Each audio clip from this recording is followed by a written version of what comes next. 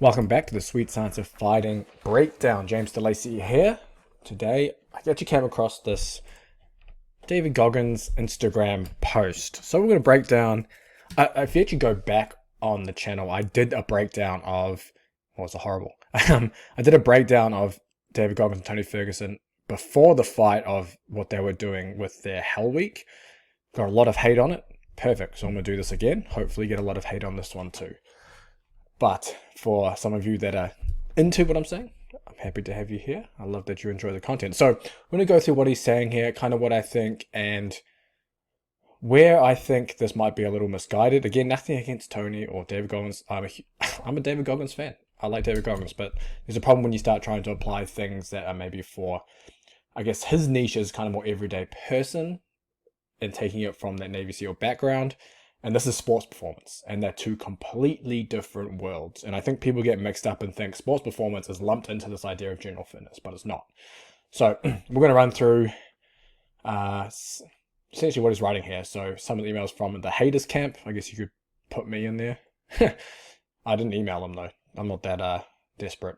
So like I said before, it will be a lot more than cardio.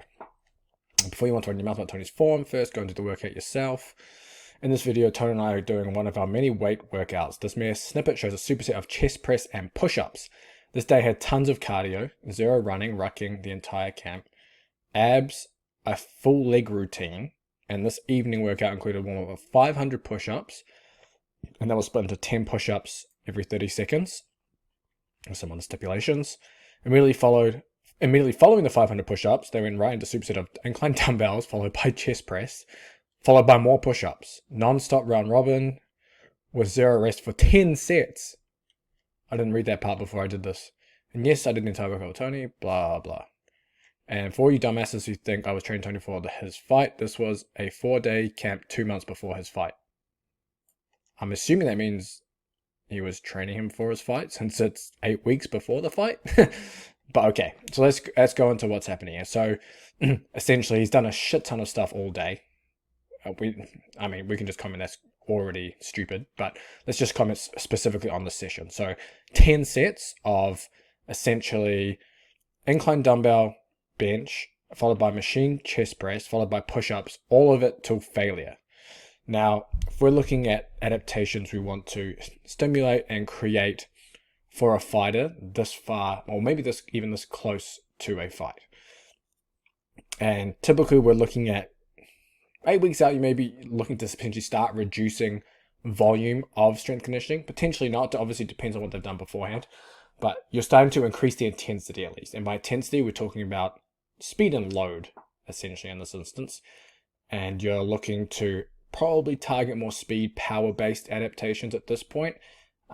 And a little bit of, maybe, say, maximal strength style lifting.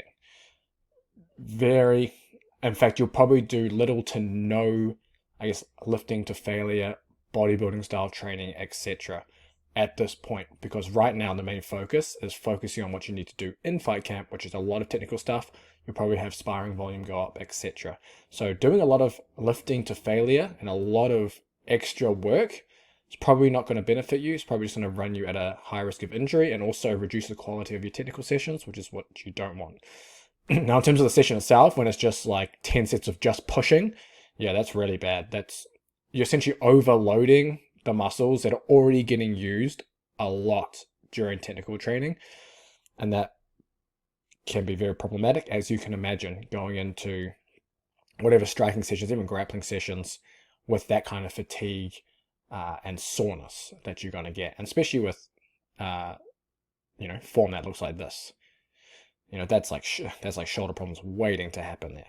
Now, in terms of like lifting to failure and things, there are some potential positive adaptations you can get from this. Lifting to failure, you're potentially improving the muscle's ability to resist fatigue. I think, for example, for grapplers, doing things like isolation exercises, for example, like curls and triceps to small muscles to failure every now and then, can be helpful.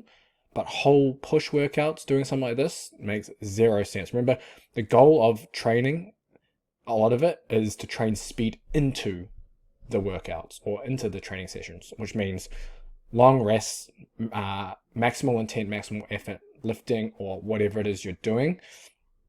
and being able to repeat that quality throughout whatever it is you're trying to do. It's not about just doing work and trying to do more work. That is probably I guess you could say like a hallmark, trademark of many combat athletes' training, is just doing work and how much work can I endure. It's not about how much work you can endure. It's about developing the physical qualities or the underlying physical qualities that you want to be able to transfer to what you're doing in your training, to then transfer to what you're doing in a fight. And if you want to develop the underlying qualities of MMA, you probably want speed, strength, speed, power. And that means you need to do exercises where you're able to elicit the strength, speed, and power maximally. And then you want to be able to recover between all of your sets so you can repeat that and keep that quality high as you're doing it. And then that way you can improve those qualities that can transfer. Again, doing stuff like this isn't going to get you there. It's just going to cause problems. There's no mental toughness, nothing out of this you're going to get that's going to help you be a better fighter. The mental toughness is a fallacy anyway when we're talking about trying to get it from training hard. These things aren't going to make you more mentally tough. The fact that he's been in the UFC for so damn long and fought some of the best fighters already shows that he has the mental toughness to compete and win at that level. This is not going to make one iota of difference in his mental game. And if you want to really improve someone's, I guess, confidence going to fight, it's got to come down to the actual technical training and having success in what he's trying to do there. But that's just a long-winded way of saying, essentially, don't do this. This is really dumb. But make sure you check the description as well. The MMA Strength Conditioning Blueprint is there. It actually takes you through how to do this properly. So make sure you check that out, and I'll see you in the next video.